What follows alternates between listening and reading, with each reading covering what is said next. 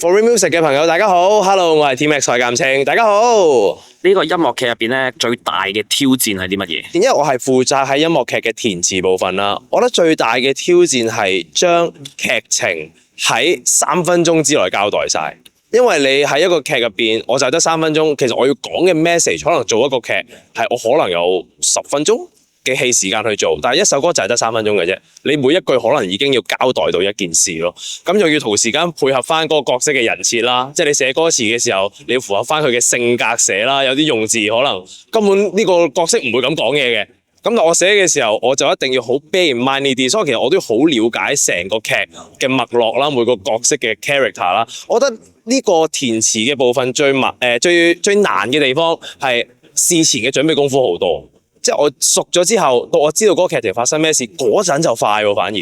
咁所以我諗我用咗差唔多2-3個星期嘅時間，我嗰陣係睇佢哋排戲咯。即係我去睇，真係去睇佢哋排練。咁當然亦都有啲係學生啦，即係我自己教嘅學生啦。咁又會有，所以我又會去睇啦。咁然後了解咗個脈絡之後，真係填我諗我2個星期到啦，我就應該出咗11、12首歌嘅歌詞，係廣東詞，全新全部都係 original 咁。呢個係我覺得大挑戰嘅，但係都同時間個成功感好大咯。係廣東啊，另一個我覺得難嘅地方係，如果我可以唔寫廣東話，我就會開心啲，因為廣東話字大家都知道係好翹口嘅，好好聽嘅。但係我覺得香港人寫翻成個 musical 之後，佢出到嚟個效果係非常之好容易入心，好好聽。但係咧就填起上嚟咧，因為佢哋有9聲啦，跟住有好多嘅因素就會好填嘅時候要花好多功夫咯，就考慮埋押韻嘅問題。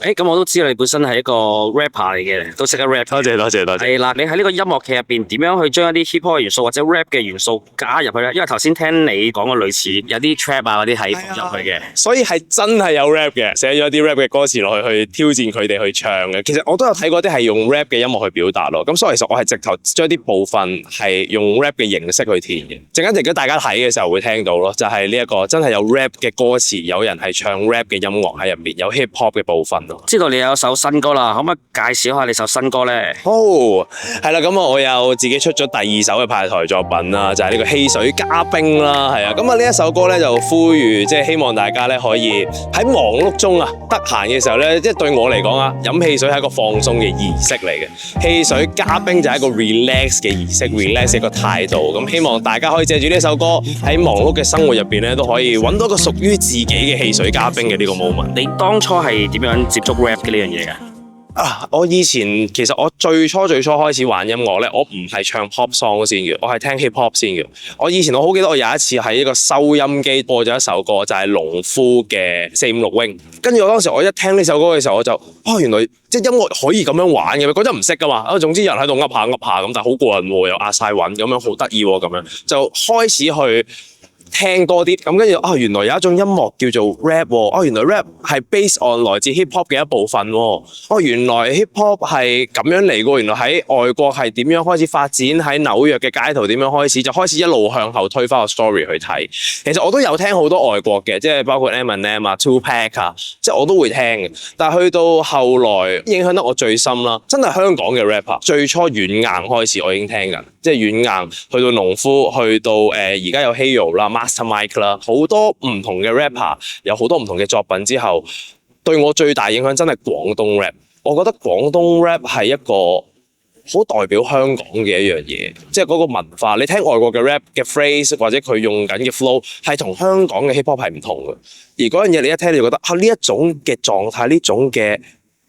flow 嘅設計係香港嘅 rapper 用嘅。我唔係好中意寫其他語言嘅 hip hop， 我中意寫翻廣東話。如果可以用到幾多廣東話，我就會用幾多廣東話，因為我覺得呢個係香港文化嘅一部分。我就覺得，即係 hip hop 係一個文化嘅體現。hip hop 從來都唔係一個音樂咁簡單，佢係一個大嘅 culture 嚟㗎嘛。咁既然佢係一個 culture 嘅時候，佢嚟到香港，咁我哋可唔可以喺我哋嘅作品入邊用翻我哋嘅 culture 去同呢個外國嘅 culture 做個 fusion， 一個 mix and match， 等佢真係符合翻 culture 呢件事咧咁所以我中意用廣東話，我中意用翻啲香港好地嘅嘢去做我嘅歌嘅題材。咁所以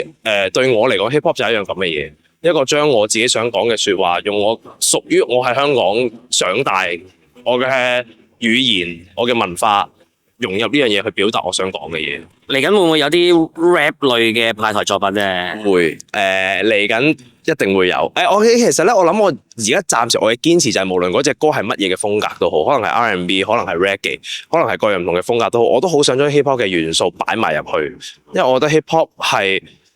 我嘅世界入邊，我覺得乜嘢嘅 music backing， 乜嘢嘅底，乜嘢嘅風格都可以唱 rap 嘅，因為其實 hip hop 就係一樣咁萬能嘅文化咯，我覺得。咁嚟緊其實嚟緊嘅作品，今年自己個人私心啦，係想出翻一啲走心啲嘅作品嘅，即係內心世界。因為我上年嘅第一隻派台歌《大細路》好啦，第二首《汽水加冰》好啦，都係好 fun 嘅，好玩味重，覺得好似大細路咁樣跳跳紮咁樣。咁但係其實我自己 deep down 都有一啲成長喺造星後嘅一啲故事好想講。咁但係上年又未講啦。咁今年希望出嘅作品會圍繞翻多啲喺個人成長上啊，或者人嘅內心啊、人嘅成長、人性上去講多啲嘢，就未必咁玩味重咯，未必咁好玩啦，係啊。感謝你接受我呢個訪問。Thank you。